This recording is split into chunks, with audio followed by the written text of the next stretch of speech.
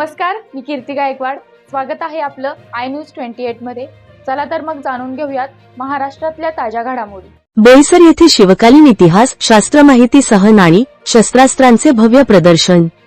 तिथीप्रमाणे छत्रपती शिवाजी महाराजांच्या जयंतीनिमित्त महाराष्ट्र नवनिर्माण सेनेने पालघर जिल्ह्याच्या वतीने बोईसर येथे शिवकालीन शास्त्र नाणी भव्य शस्त्र प्रदर्शन आयोजित करण्यात आले आहे. या शस्त्र प्रदर्शनामध्ये शिवकालीन तलवार, भाले, वाघनख, धनुष्यबाण, चिलखत, जिरेटोप असे अनेक प्रकारची दुर्मिळ शस्त्र पाहायला मिळतील. तसेच 2000 वर्षांपूर्वीपासून वापरात येणाऱ्या चलनाच्या माहितीपासून आजपर्यंतच्या काळातील अनेक नाणी उपलब्ध आहेत. हे शिवशंभू विचारमंच श्री शिवाजी रायगड स्मारक मंडळ या संस्थेकडून आयोजन करण्यात आले होते. सदर कार्यक्रमाचे उद्घाटन प्रसंगी बोईसर पोलीस ठाण्याचे प्रभारी अधिकारी श्री शिरीष पवार, आनंद हॉस्पिटलचे डॉक्टर संतोष संगारे, लोकमतचे वरिष्ठ पत्रकार श्री पंकज राऊत, उद्योग प्रतिनिधी JSWचे राहुलजी पांडे, जिजाऊचे समाजसेवक श्री नरेश धोडी, मनसे जिल्हाध्यक्ष श्री भावेश चुरी, मनसे जिल्हा सचिव श्री सतीश जाधव, मनसे कामगार सेनेचे श्री अनंत दळवी, मनसे महिला सेनेच्या वकील रश्मी जगताप तसेच श्री प्रमोद काटे संस्था अध्यक्ष शिवकालीन शस्त्रे वास्तू हे मान्यवर उपस्थित होते. कार्यक्रमाचे सूत्रसंचालन धीरज गावड यांनी केले. सदर कार्यक्रम यशस्वी करण्यासाठी विशाल जाधव उपजिल्हा अध्यक्ष, विजय गांगुर्डे, जालिम तडवी, तन्मय संखे, सत्यम मिश्रा, जिग्नेश मुरकर यांनी मेहनत घेतली. सदरचे प्रदर्शन हे सर्व शिवप्रेमींसाठी, खास करून शाळकरी मुलांना खरे शस्त्र पाहण्यासाठी व माहिती मिळवण्यासाठी एक इतिहास ज्ञानाची पर्वणीच म्हणावी लागेल. आज आणि उद्या रात्री 9 वाजेपर्यंत सुरू राहील. वार्ताहर इंडिया न्यूज 28 साठी प्रणय प्रभाकर पाटील, पालघर जिल्हा ब्युरो चीफची रिपोर्ट.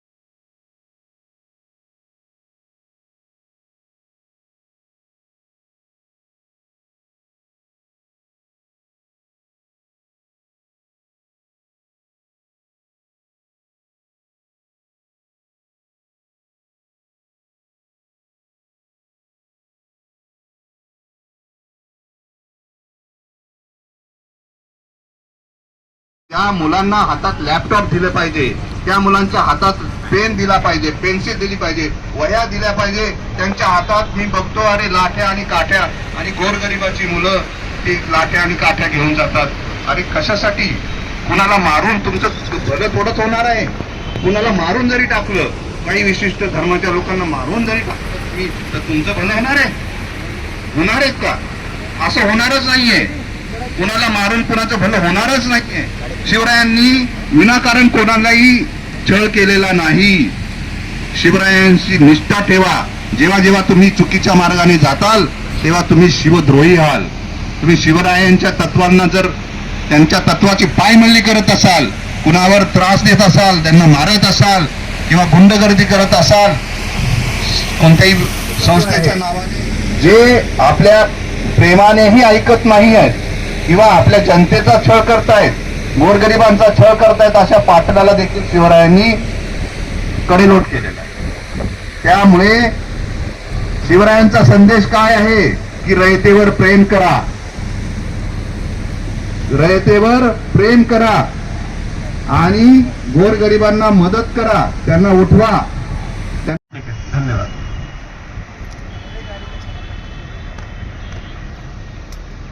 धन्यवाद पांडे साहेब. मी यापुढे डॉक्टर साहेबांना विनंती करतो की आपण आपलं मनोगत व्यक्त करायचं आहे.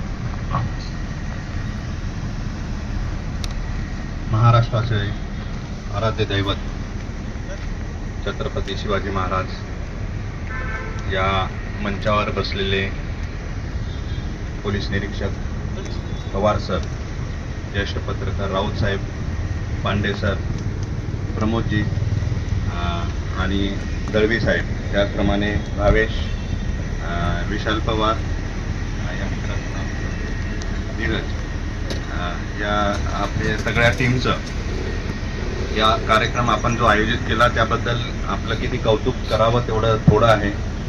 आणि या शिवप्रेमी जनतेला अशा स्वरूपाच्या कार्यक्रमाची गरज आहे ज्याच्यातून समाज प्रबोधन होईल.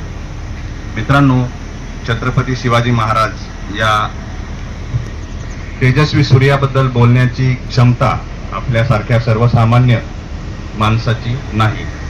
काही घटना ज्या आहेत, काही महापुरुष आहेत हे काही काळात जन्माला येऊन त्यांचं कर्तृत्वाची, त्यांच्या विचाराची छाप हजारो वर्ष सोडून जातात. मी तुम्हाला एवढंच सांगेल की छत्रपती शिवाजी महाराज यांच्या त्यांच्या काळातल्या ज्या काही आता आपण हे शस्त्रास्त्र बघतोय, ही जी शस्त्रास्त्र आहेत, तलवारी, भाले आहेत, नंतर गुप्ती आहे आणि अजून बरेच काही आहेत. तर ही शस्त्रास्त्र म्हणजे काय आहेत? ही शस्त्रास्त्र म्हणजे काय आहेत? ही काय धारदार शस्त्रास्त्र दुसऱ्याचे फक्त जीव घेण्यासाठी आहेत का?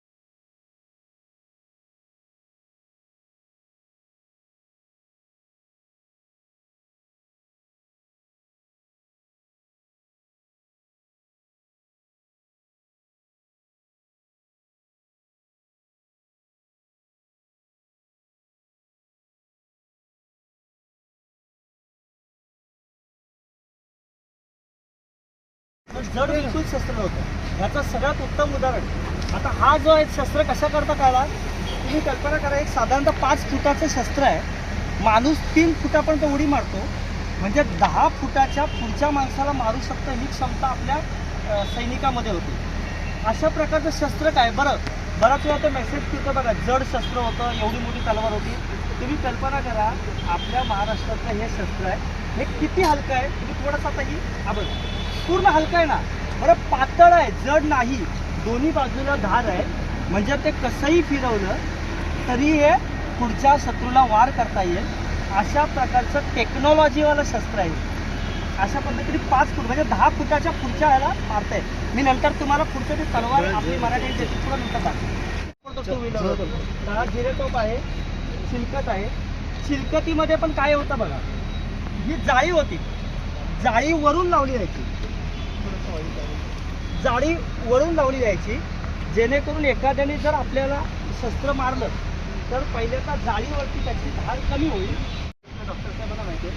हे बघा, या तलवारीमध्ये ना अशी एक ब्रेक आहे. ही ब्रेक काय आहे, एखाद्या समजा शत्रूच्या पोटात जर घुसवली, जर ही प्लेन तलवार असती ना, तर ती आतमध्ये गेली आणि तो वैद्याकडे गेला तरी तो जगण्याचे चान्सेस आहेत. पण इथे जर धार असेल ती तलवार फक्त आत गेली आणि ज्यावेळेला बाहेर काढेल तर त्याच्यातलं रक्त बाहेर पडेल आणि रक्त बाहेर पडली, हवा आत पास झाली, तो माणूस जगण्यासाठी चान्सेस फार कमी असतील.